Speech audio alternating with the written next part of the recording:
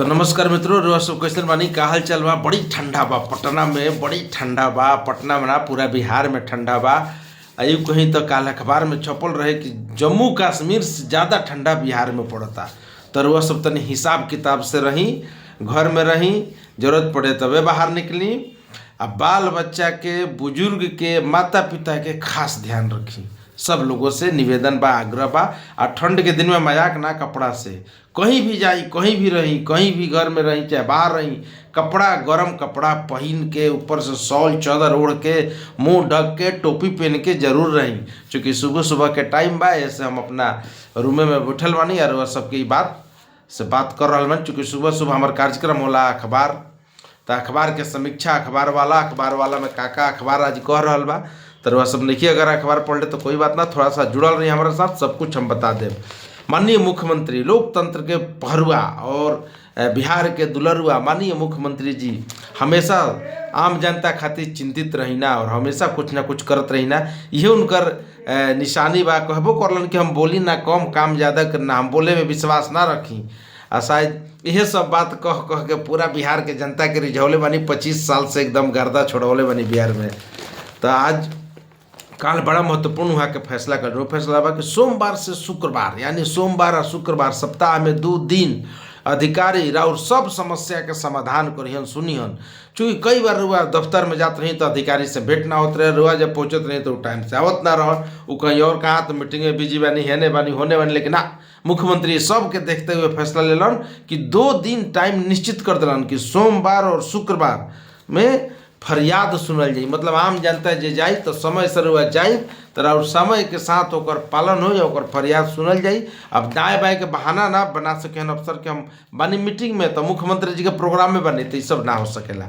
तो अच्छा बात बोला ना। तो मुख्यमंत्री अपना एक सैंडल पर लिखल मन, सुझाव दे मन। 3-4 तरीके के सुझाव में बढ़ुए कि पहले तो 2 कार्य दिवस में, यानी हर सप्ताह में सोमवार और शुक्रवार, यानी सोमवार और शुक्रवार के और सुनवाई हुई तो अपन अपन समस्या जो ले के बाद जाए के वजह सुनवाई करवाए के बाद, और जो आम जनता जाई ऑफिस में ओकरा बैठे के, रहे के, टॉयलेट, बाथरूम, पानी पिए के सब तरह के सुविधाओं में ऑफिस में विकसित कल जाओ। हर ऑफिस के टास्क दिया गया बा।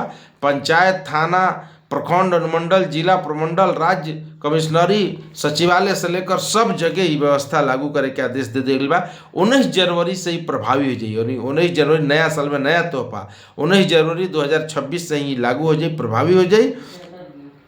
आप देर से जल्दी आवे के शिकायत भी ना मिली। यानी 20 नवंबर से रुआ जाए तो एकदम काम धड़ाधड़ हुई। तो सब लोग अभी अभी अपन अपन ऑफिस में व्यवस्था कर लो। ये एगो अच्छा खबर बा, ठीक बा। दूसरा खबर पर बढ़तनी, झारखंड में हाथी 7 लोगों के जान ले लिया। भाई हाथी वहाँ बड़ा आतंक मचावल। हमनियों को खुट्टी में जब रिपोर्टिंग करते रही या रांची में, तो हमेशा ही खबर सुने के आवत रहे। आई पश्चिमी सिंहभूम से ज़्यादा खबर आवेला। बेकाबू हाथी एक ही परिवार के 5 लोगों को, 7 लोगों को रौंद दी, जान ले ली। तो इस सब से थोड़ा झारखंड सरकार के और वन विभाग के थोड़ा एक्टिव होके सोचे के चाहिए।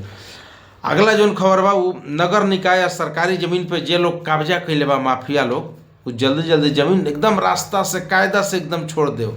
अभी देखिए रूपसपुर जो नहर वाला रोड बा 4 लेन हो रहा बा। तो जितना लोग घर बना के एकदम पक्का घर बना के रहते रहे, एके में बुलडोजर अइलस ढहा के उड़ा दिलस। तो ये हाल होखे वाला बा।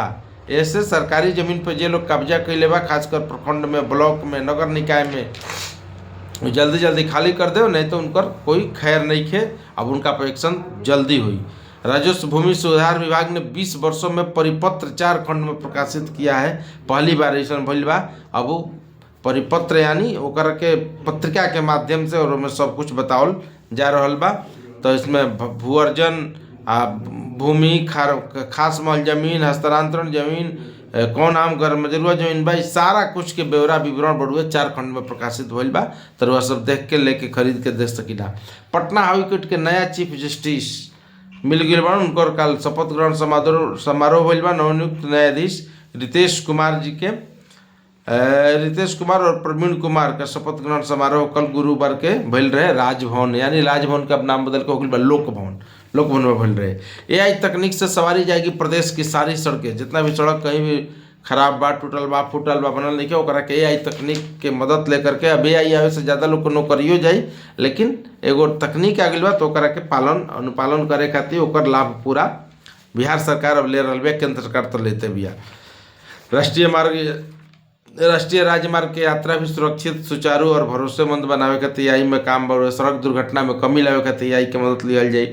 विधानसभा के स्थापना दिवस समारोह 7 तारीख के बाद मुख्यमंत्री नीतीश कुमार एकरा में मुख्य अतिथि हुईहन और काफ़ी एकरा के भव्य तरीके से मनावल जाई। प्रेम कुमार जो विधानसभा अध्यक्ष बनी वहाँ की घोषणा करनी है कि अगला महीना में 7 फरवरी के कार्यक्रम हुई।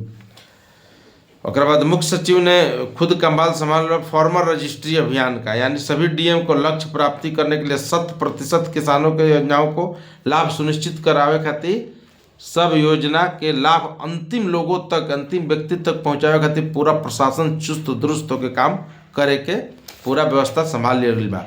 नए व्यवस्था में स्टार्टअप के अनुकूल वातावरण तैयार करना है। स्टार्टअप लोगों को अधिक से अधिक लोगों को जोड़े के बाद, चूँकि स्टार्टअप से ही नौकरी बाना सरकारी उतना, तो स्टार्टअप के जरिए रोजगार करिए, लाभ कमाइए, ये सरकार अब अपने एजेंडे में लेके शामिल कर रही है। 10 फरवरी से फाइलेरिया और मुनल अभियान की शुरुआत फिर से हुई, जरा अभी पैर में मोटका पैर हाथी पर ना हो जाला फाइलेरिया, तो ओकरा के समस्या के समाधान करे खातिर फिर से सरकार 10 फरवरी से एक्टिव होकर लगातार एक्टिव होकर काम करी। 9 माह जेल मैनुअल का संशोधन पूरा हो जाए। बिहार कांग्रेस में बदलाव संभव बा, चूँकि बड़ा ही अभी मधुबनी में समीक्षा बैठक में बड़ा मारपीट हो गया प्रदेश के अध्यक्ष के सामने ही। नाराज कांग्रेस नेता अनुशासन समिति से लेकर दिल्ली तक लगातार दौड़ लगा रहा। कांग्रेस मतलब कि बिहार में विपक्ष दो फाड़ हो गई बा, तो कांग्रेस में भी आपस में 2 फाड़ बट गई बा। पीएचडी के सहायक 104 गो सहायक अभियंता फिर से नया ज्वाइन किया हन ताकि काम में तेजी लावल जा सके। राज्य में आपदा पीड़ित 24 घंटे के अंदर मिलेगा लाभ, जितना भी आपदा, अगर कोई मान लीजिए बिजली गिर जाता, बाढ़ बा, सूखा बा, ये सबसे आपदा पीड़ित को 24 घंटे के अंदर लाभ देवे के सरकारी योजना सुनिश्चित ये नया मंत्रिमंडल में कैले बिया। 5 वर्षों के विधानमंडल सदस्यों में विकास योजनाओं में खर्च किए गए 3633 करोड़ रुपया, ये लेखा जोखा दिलवन योजना विकास विभाग से आयल बढ़ुए और सूचना जनसंपर्क विभाग के संवाद कक्ष में ही कार्यक्रम करके बतावल गई बा कि पूरा अब तक कितना खर्च कैल गई रहे। इस वर्ष सहकारिता विभाग की 7 योजनाएं लागू हो रही है। खाद्य प्रसंस्करण उद्योग मंत्रालय से ली जाएगी मदद, यानी रोजगार के अवसर बढ़ेंगे। एक खातिर छोटे छोटे किसानों को आर्थिक रूप से स्वावलंबन बनावे खातिर, सफल बनावे खातिर कार्य योजना तैयार कल जाता। Mega food park, processing unit, poly house, packaging house, हल्दी प्रसंस्करण, ये सब कुछ के काम हो रहा बा। ये सब कुछ अभी होई, तो लगातार काम चल रहा बा। 5 दिन भीषण ठंड, कोहरे के चपेट, कोल्ड डे के चेतावनी बा, एकदम बड़ी सावधानी से रहे बा। हम पहले ही बता देनी है कि ठंडा बड़ी पड़ता, तो हिसाब किताब से सब कोई करे बा। 9.8 डिग्री सेल्सियस तापमान, 4.4 न्यूनतम रही, तो स्थिति बड़ा गड़बड़ हो रही और बड़ी ठंडा पड़ता, तो हिसाब किताब से सब लोग रहे। कुत्ता से सावधान रखे बा, कुत्ता के काटे के ना चाहिए, नहीं तो बड़ा ओकरा परेशानी आजकल हो रहा बा। अब सोना खरीदे जरा जाए के बहुत सावधान हो जाए। सोना खरीदे खातिर हिजाब, बुरका, घूंघट, हेलमेट पहन के आभूषण दुकान में एंट्री बंद हो गई बा, चूँकि आज से आभूषण दुकान में इस नया नियम लागू हो गई। चोरी डकैती ये सब के देखते हुए बदलाव कल गई बा। पाटलिपुत्र सराफा संघ के अध्यक्ष विनोद कुमार जी के द्वारा निर्णय लिया गई बा, सब से मीटिंग करने के बाद। उसके बाद खबर है कि बांग्लादेश में लगातार हिंदू के जानते बन कि कत्ल हो रहा बा, हिंदू पर आफत आइल बा, लेकिन ओकरा के सुने वाला कोई नहीं है। ट्रम्प अपन बड़बोलापन से पूरा दुनिया के भी हिलावल मान लो। मदुरै वजह के राष्ट्रपति वेनेजुएला के गिरफ्तार करके अपना घर लाइल बड़न और एकरे पर पूरा बवाल मचल बा। और ट्रम्प कहता कि मोदी जी हमसे नाखुश भी हैं, चूँकि उन पर हम टैरिफ ज़्यादा लगा दिल बानी। तो ये सब मतलब बड़बोलापन अपना दिखा रहे हैं ट्रम्प। कुछ दिन में ये अलग थलग पड़ जाएंगे, ये भी हो सकता है। आप कितना भी शक्तिशाली देश रहिए, लेकिन आपको कोई नहीं पूछेगा, कोई नहीं आपका समाचार लेगा, कोई चीज़ से आपकी मित्रता नहीं होगी, तो आपका शक्तिशालीता किस काम की रह पाएगी? ये भी एक बड़ा सवाल बा। अमेरिका में रूसी झंडा लगे टैंकर पर दो महाशक्तियों में तनातनी हो गई बा। अमेरिका और रूसी झंडा लगे टैंकर के 2 गो एक साथ आइल बा, तो ओकरा खातिर लागत है कि कुछ हो जाए, लेकिन हो ही कुछ ना। ऐसे ही अपन अपन देश के खिंचाव खातिर, अपन अपन देश के झुकाव खातिर इस तरह के काम होत रहेला। सांसद राजीव प्रताप रूढ़ी जहाजों चलावेलन, संसदों में बैठेलन, सांसदों हवन। अब कल एन कॉलेज में क्लासों ले बड़ा, तो ये एगो अच्छा नया खबर निकल के सामने आयल बा। छोटा छोटा बच्चा खातिर फॉर्म निकल गई बा, LKG वगैरह के लिए, संत माइकल वगैरह के फॉर्म निकल गए, जरा भरे के बाद जरूर भरे, ओकरा पर फोकस करके। NEC के ग्रेडिंग के लिए भी लगातार कार्यक्रम चल रहा बा, और ये सब होई। NEC के ग्रेडिंग मतलब जो कॉलेज के, अच्छा कॉलेज के ग्रेडिंग NEC करला, ओकरा खातिर कार्य चल बा। पटना एयरपोर्ट से 9 उड़ाने रद्द रहे, 22 गो लेट होल बा ठंडा के कारण। 7 प्रखंडों के BO राजस्व कर्मी का वेतन रुकल बा, चूँकि एकदम पूरा टाइट होकर सरकार चल रहा बा। और शासन प्रशासन में सख्त एकदम बा कि जब तक आप योजनाओं को घर घर तक नहीं पहुंच जाएंगे, सफलभूत नहीं बनाएंगे, तब तक आपको कुछ काम नहीं हो पाए। फीडबैक के आधार पर ही सुधार हुई। DM से लेकर के PPP मोड पे सिलेक्शन, जितना भी कार्यक्रम हो रहा बा सब कुछ शासन प्रशासन जवाबदेह बा आम जनता खातिर, ताकि जल्दी जल्दी काम हो सके। अब देखिए ठंडा आ गई बा, यही ठंडा में नाला उड़ाई भी हो रहा बा, चूँकि बरसात के तैयारी अभी से शुरू हो गई बा। दानापुर में जितना भी पटना से लेकर पूरे बिहार में लगभग अतिक्रमण जहाँ जहाँ बा, ओकरा पर बुलडोजर हथौड़ा चल रहा बा। तो ये काफ़ी जरूरी बढ़ुए, और ऐसे रोड भी चौड़ा हुई, ट्रैफिक भी जाम ना लगी, ये सब सारा समस्या का समाधान एक साथ हो जाए। संकट में इथेनॉल कंपनियां, आधा करना पड़ा उत्पादन।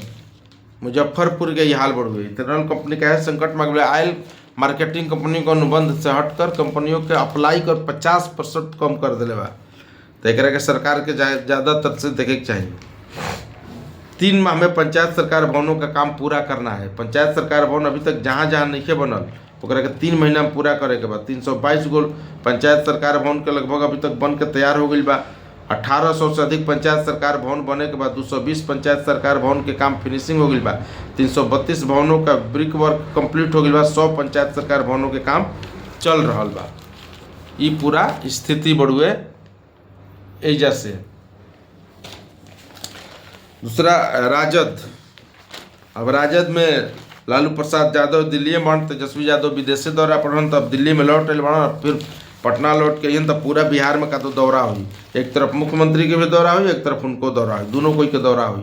तो मुख्यमंत्री के दौरा काम के देखे के लेकर कोई कि अब तक जहाँ जहाँ इलेक्शन के पहले जो कार्यक्रम के शिलान्यास के लेकर कितना काम तेजी से पूरा बोल, क्योंकि 2026 में सब काम कंप्लीट करे में टारगेट बा। अभी तक 20 से 30% तक कामे भइल बा। तो ओकरा लेकर मुख्यमंत्री काफ़ी एक्टिव हो गई बन, आ घूमियन दौरा करें तो तेजी से काम निपटारा हुई।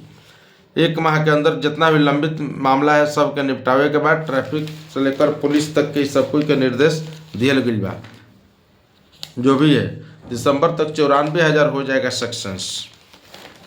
आसनसोल DRM के तबादले पर रोक। अंग्रेजी शराब पीने से पिता पुत्र ने खोई आँखें। ये भी एक बात, शराब ज़्यादा पिए से नुकसाने बढ़ुए, लेकिन लोग मानत बा ना पियते बढ़ुए, पिएब तो ओकर नुकसान होई। जीविका दीदियों की बढ़ सकती है प्रति माह 30,000 के कमाई। ये एगो नया खबर आयल बा दिल्ली से, चूँकि जीविका दीदी पर अब सब कोई के ध्यान बा। एगो वोट बैंक, बड़का वोट बैंक हो गई बा। बिहार सरकार एगो आईना दिखा दिले बा, पूरा देश भर में एकरा के लेके चल रहा बा लोग।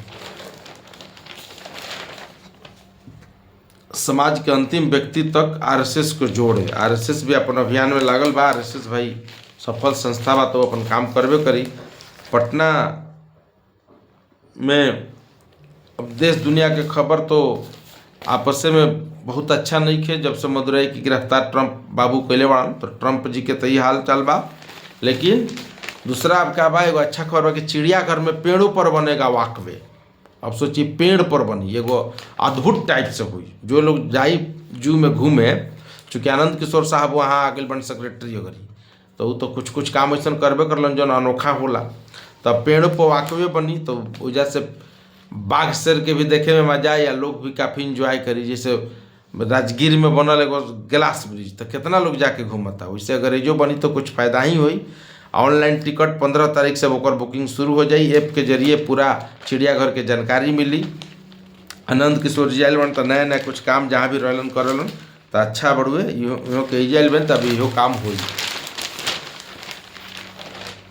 अब ओकरा बाद बोले कि विकास में हम भूमिका निभा सकते हैं युवाओं को साथ लेकर, यानी जेनजी को साथ लेकर हर कोई चले खातिर तैयार बा, सरकार से लेकर प्राइवेट कंपनियां तक।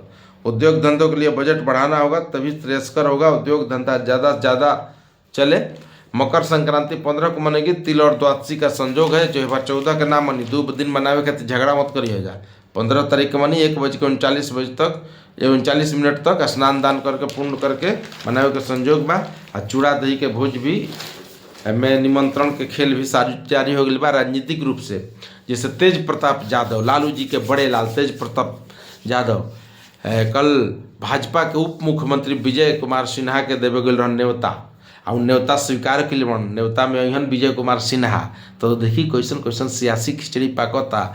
आ जब सिन्हा जी से पूछल गई कि कार तेज प्रताप के भोज में जाए, तो वहाँ के कहने कि हर सांस्कृतिक कार्यक्रम में और जौन हिंदू वाला चीज बा, हिंदू एकता सनातन एकता जिंदा रखे खातिर हम जाई। तो एक से बढ़ के एक खेलवा है में, हालांकि राजनीति खूब बा, वो तो बाद में पता चली। तो वहाँ के देवे गल रही आज दही चूड़ा के भोज आ न्योता इन दिनों लगातार चलते रही। गंगा के पानी बड़ा पोल्यूशन हो गई बा, 50 साल बाद नहाए लायक ना रही, ऐसा एगो रिपोर्ट छन के आ रहा बा।